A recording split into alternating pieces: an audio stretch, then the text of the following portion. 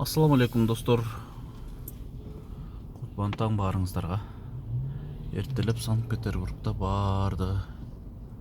Кыскасы өз оокаты менен жумуштап, окулап, кыскасы ушундай. Кайра эле кечээки Браницкая улицанын ылдый тарабынан түштүм. Ушул больницаны сурагандар көп болуп атат да.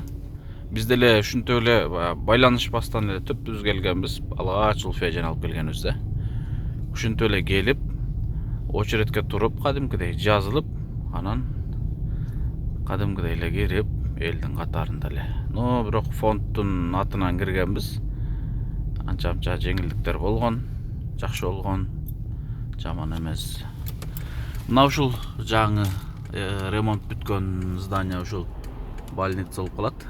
Бул жактан түшүп калабыз биз, Наркы иштен киресиңер же модам? Ол жер сизге удобный го дейм, Биз кайрадан келдик. Ассаламу алейкум. Жолонке кандайсыз? Дес ул жакшыбы? Зульфия эжебиз бүгүн башкача маанай менен келатат кыскасы больницага. Экинчи күн бүгүн буйруса сиздерге жакшы кабар айтканы ниетте турабыз, үмүттө турабыз, Кудай кааласа. Билинип калат. Мына ушундай достор. Санкт-Петербургдагы ушул домдор таң калтырат бардыгынанчы. Жолонагабыз бүгүн кызматта. Кече уланабыз кызматта эле. Алла разы болсун ушул агаларыбыздан. Качан Санкт-Петербургга келип атсаң, кетип атсаң, мына ушул агаларым кызматта. Алла разы болсун, Алланын жакшылыгында жарышкан агалар. Мына больница кадимкидей эле. Кече сиздерге көргөзүп бергем.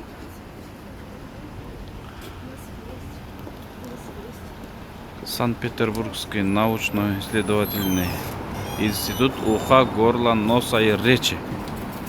Мына ушул больница.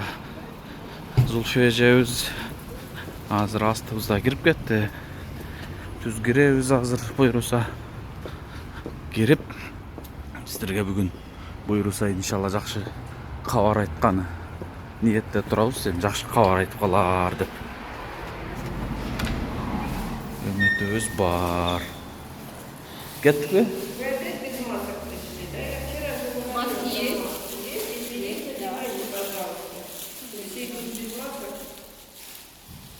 Без маска никак, да? Маску надо одевать. Маску надо одевать.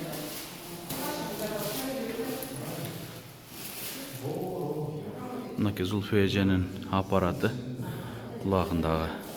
Зульфия эже? Зульфия эже. Как настроение? Дурус. Жакшы эле баары? Жасадан. Жакшыбы? Жақсы. Машалла. Видео снимаешь? Да, конечно.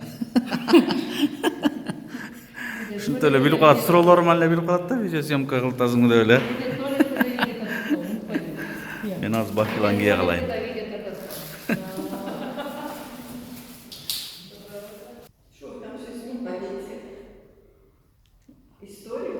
Да. Красивая очень. Неге тартып атасың больницаны дейт.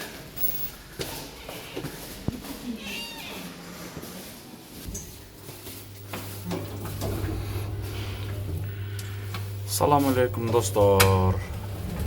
Мына ушундай адамдар каерде видео тарта бересиң дейт. Албетте бул видеолордун баары сиздер үчүн. Билесиз жакшы. Сурап атасыздар. Басыңыз, масканы такпайсызбы?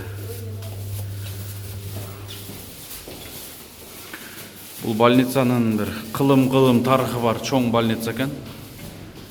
Чындыгында стенанын калыңдыктары эң негизгиси бул жердеги дарыгерлердин стаждары аябай көп жылдап иштегендер бар экен да.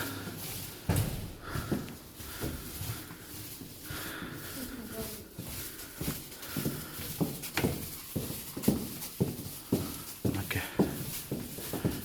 Ушундай жөнөкөй эле больница. Баягы эме больница да. Госпольница.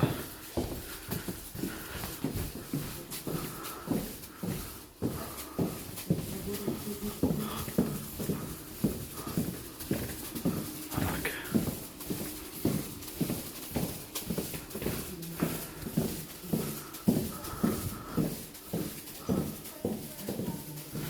Biz hazır Sergey Vladimirovich деген дарыгерге киребиз. Мынак. Кире турган жерибиз биринчи ушул жер.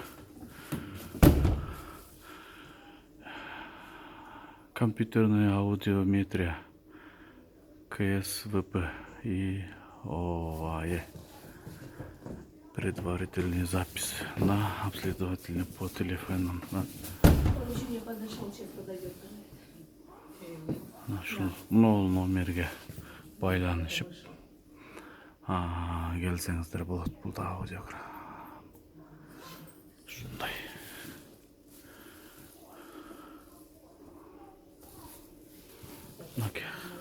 Кулактын эң эмелери кохлеарный имплант аппаратынын түзүлүшү мындай болот туугандар.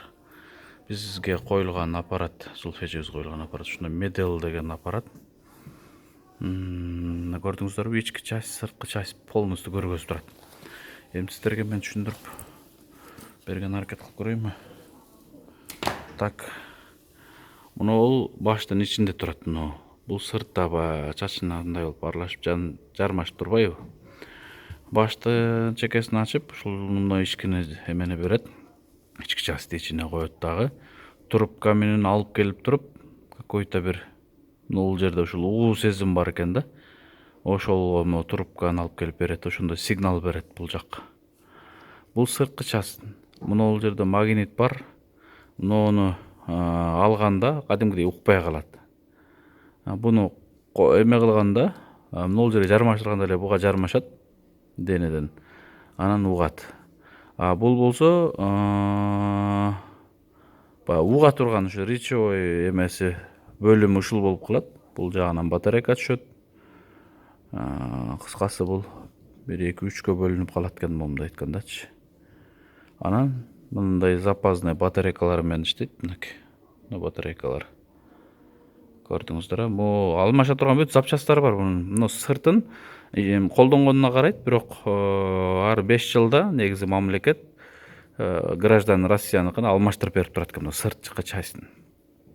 Анан биздикин деле 5 жылдан кийин кандай болот билбейм, балким ушуну алмаштырат. Эгер бизге Кыргызстан гражданы бизге платный эле алмашылат, канча турат, пока ошол маалда гана билинет. Азыркы учурда канча турганын билбейм. Сураса болот.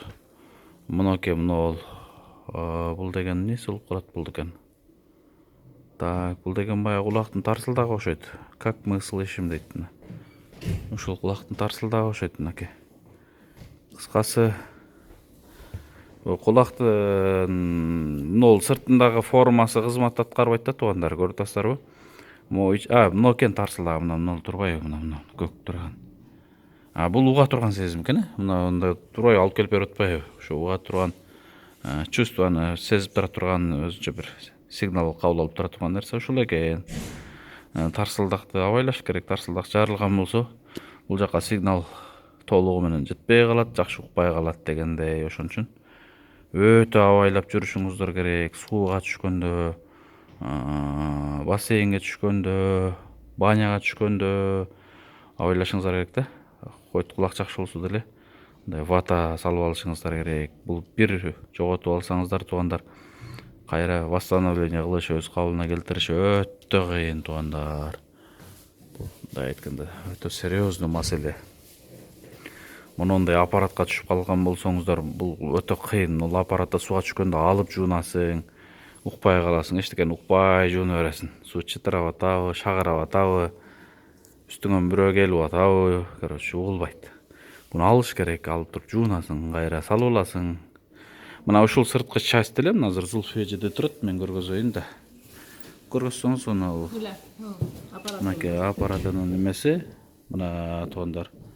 Мына көрдүңүздөрбү? Мына сырткы мен айтып аткан часть, магнит мынакей мына жерден болуп жармашып атат, мынакей.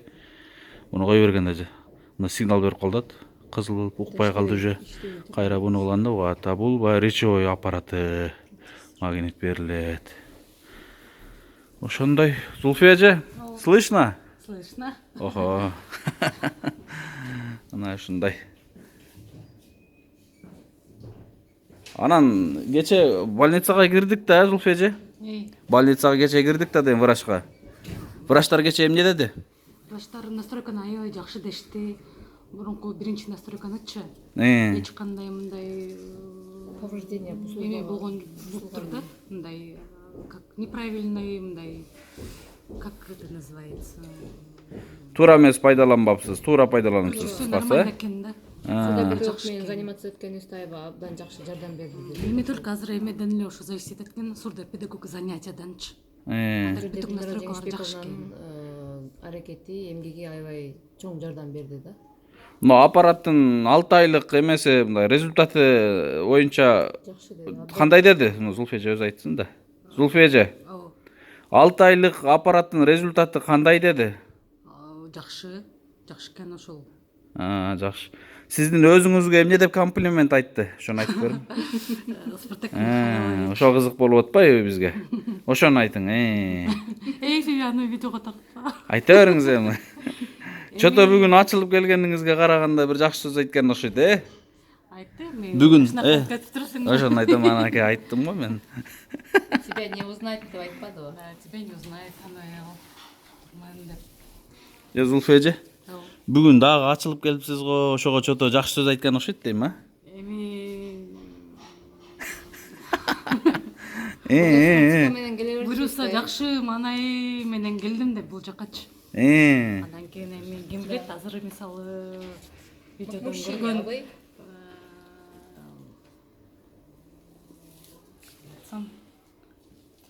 айтыңыз, говорите. Айт баарын айтып сал. Эмнени айта албай атасың? короче баары жакшы. Настроением жакшы де. Настройка жакшы болгондон настроение Настройка жакшы, баардыгы өзүмдө да жакшы болуп атат. Маанай дагы бирөөсө Кыргызстанга барсам, ким билет, может чын эле жеке жашоом дагы Жакшы болуп кетиши мүмкүнбү? ошол Охо. себептен да видео айтмакчы элем, жигиттер Ой. мен жүрөгүм бош демекчи.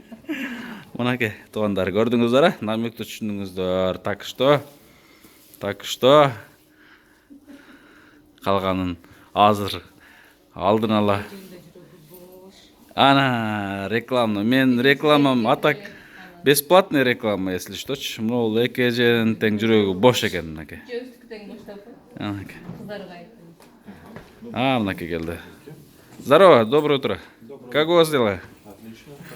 Скажите насчет настройки, как у нас? За сколько дней можно уехать насчет настройки? Ну, мы планируем сейчас закончить настройки. Вот вчера начали этот процесс, посмотрели, все проверили.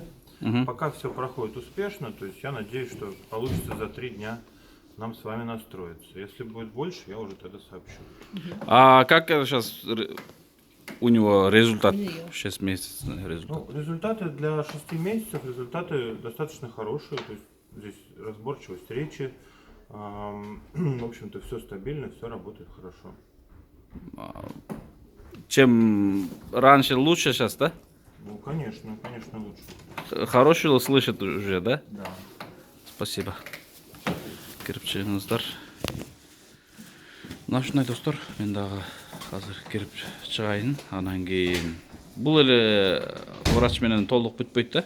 Бул жерде 2 дарыгер бар. 2-3 дарыгерге биз киребиз. Бири-бирине зависимый.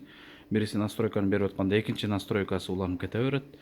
Кыскасы баардыгын жыйынтыгы келгенден кийин анан толугу менен жооптойт. Азыр примерно ошол 3 күндү расчет алып атышат.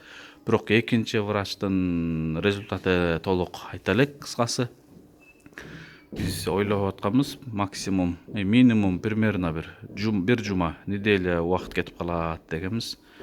Балким эрте эле бүтүп калчудай болуп турат. Кыскасы Аллах Таала ушунча тартып берген соң шифасын толук берсе экен деп өтө чоң мээнет эмгектер менен келип атабыз. Бул эмгек мээнеттердин артында бизден кыргыз элибиз, эл жакшылары турат. Элдин колдоосунун аркасында ушул жерге жетип келип, ушул эжебизге шифасын таап кетип атабыз. Аллах ыраазы болсун баарыңыздарга. Албетте сиздердин ар бир берген тыйыныңыздар, жардамыңыздар, мээнетиңиздер, пешине тер менен тапкан ырыскыңыздар ар бири мындай өтө мындай үнөмдөлүп, анан өтө контролдо, анан өтө баардыгы мындай өз эмесинде дарегинде эле гана иштетилип атат. Бир ашыкча, ысырапкерчилик жана башка маселе болгон жайы жок буюрса. Мына ушундай достор, Алла ыраазы болсун баарыңыздардан. Мен дагы сиздерге жакшы кабар айтканды Алла Таалам насип кылган болсун. Балким кетерибизге кимдер бирөө билет маселесине колдоп берем дегендер болсо, же болбосо настройкасына дагы да жардам берем дегендер болсо, мурунку счеттор жана ушул видеонун эле описаниясына коеюн. Ошол жактан көрүп М-банк, Сбербанк, Кыргызстан банк ушул үчөө бар.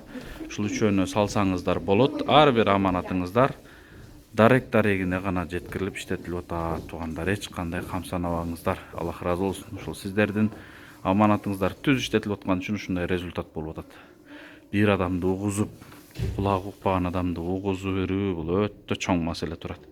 Муну аппарат биз алып аткан маалда миллион болчу азыр даже 2 миллиондон жогору болуп калса керек, аябай кымбат аппарат. Кохлеарный имплант деген аппарат. Эң негизгиси ушул аппарат да. Анан бул жердеги операциясы бар. Нолордун ар бир кирип чыкканы болсо настройкалары бар. Бир киргенде 3-4 врачка киресиң, каждый киргенине ар күн кирген сайын отдельно платный болот. Кыскасы ушундай маселелерге тебе берет. Ушундай туугандар, мен буга чейин сиздерге отчет бергем. Унусунда дагы сөзсүз отчет берем. Канча расход кетти жалпысына. Рахмат барыңыздарга. Дуа кылып туруңуздар, туугандар, мен кирейин. Бисмилlah.